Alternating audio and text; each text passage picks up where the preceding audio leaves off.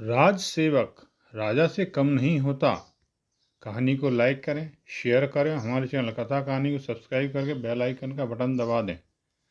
पंचतंत्र की यह तीसरी कथा है। वर्धमान नामक नगर में एक धनवान रहता था। उसका नाम दंतिल था।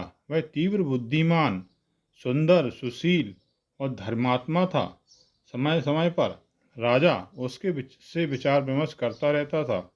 आवश्यकता पड़ने पर वह प्रजाजनों की भी सहायता करता था, जिससे राजा और प्रजा दोनों का ही वह प्रिय था। उसका राजमहल और निवास में बेरोक टोक आना जाना था। कुछ समय के बाद एक शुभ मुहूर्त में दंतिल का विवाह हुआ, जिसमें उसने गणमान्य नागरिकों, राजा, राज कर्मचारियों और प्रजाजनों को भी बुलाया। विवाह के कुछ दिन बाद दंतिल ने राजा और राज परिवार को रानियों सहित भोज पर आमंत्रित किया। उनके साथ महल के सेवक और दास दासी भी आए थे। तब गोरंब नामक एक राजसेवक जो राजा के महल और अंतःपुर रनिवास में साफ सफाई का कार्य करता था, एक गलत जगह पर अनजाने में जाकर बैठ गया, जिससे क्रोधित होकर दंतिल ने उसे गला पकड़कर बाहर निकाल दिया। बस उसी दिन से गोरंब अपमान की आग में जलने लगा। वह गहरी गहरी सांसें लेता और रात रात भर जागता रहता। वह सोचता रहता कि किस प्रकार दंतिल पर राज कृपा को नष्ट किया जाए। वह सोचता रहता और हताश होकर कहने लगता कि अकेला चना भाड़ कैसे फोड़ेगा।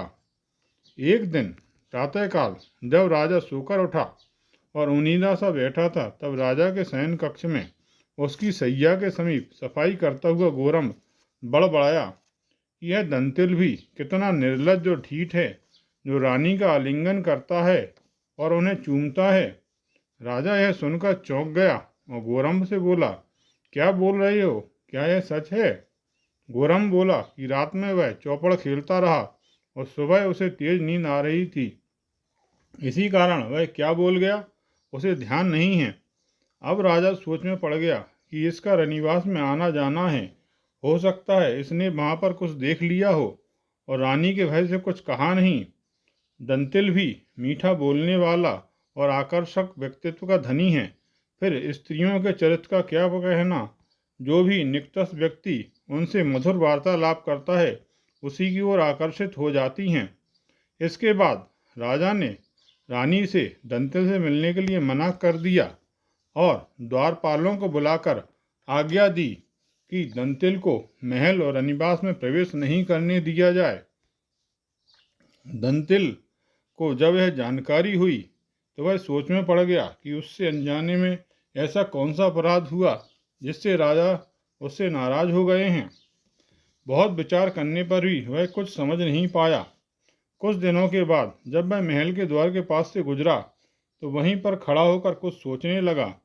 उसी समय गोरंब वहां पर आया और हंसते हुए कहने लगा, सुनो द्वारपालो, यह जो दंतिल सेठ हैं, यह राजा के विशेष कृपा पात्र हैं। इस कारण ये स्वयं ही दंड देने या कृपा करने के योग्य हैं। इन्हें रोकोगे तो मेरे ही समान तुम्हारा भी गला पकड़कर निकाल दिया जाएगा। यह सुनते ही दंतिल समझ गया कि ये सब इसी का किया धरा है। कहते भी हैं कि राजा की सेवा करने वाला मूर्ख हो चाहे निम्न कुल का हो, वह सम्मान के योग्य पूजनीय होता है।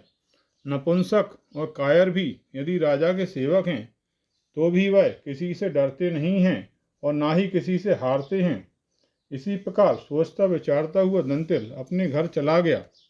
अगले दिन उसने गोरंब को सपरिवार बुलाया और उत्तम वस्त्र और धन भेंट किए। इसके बाद बड़ी नम्रता से उससे कहा, हे गोरंब, मैंने उस दिन तुम्हारा अपमान नहीं किया था, बल्कि उस दिन भूलवश तुम ब्राह्मणों के लिए तय स्थान पर बैठ गए थे, इसलिए कहीं तुम उनके कोप के कारण दंड के भागी ना हो जाओ, इसलिए मैंने जल्दबाजी में ऐसा किया था। फिर भी यदि तुम मुझसे नाराज हो तो मुझे क्षमा करो।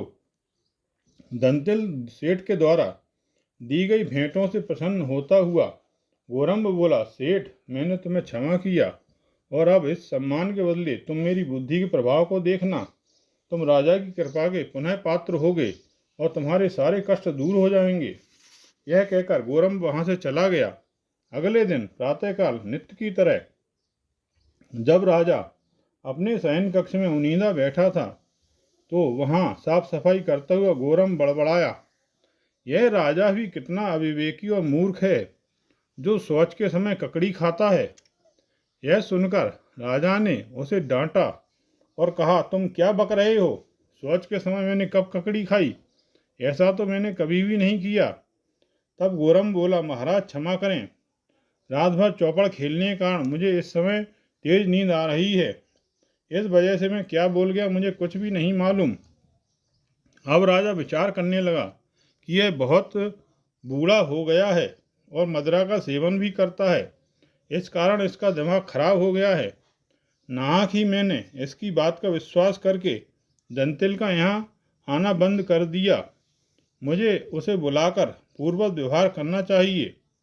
तब राजा ने दंतिल को बुलवाकर उचित भेंटें देकर सम्मानित किया और दंतिल भी पहले की तरह महल और निवास में बेरोक टोक आने जाने लगा और राजा भी पहले की तरह उससे विभिन्न समस्याओं पर विचार विमर्श करने लगा।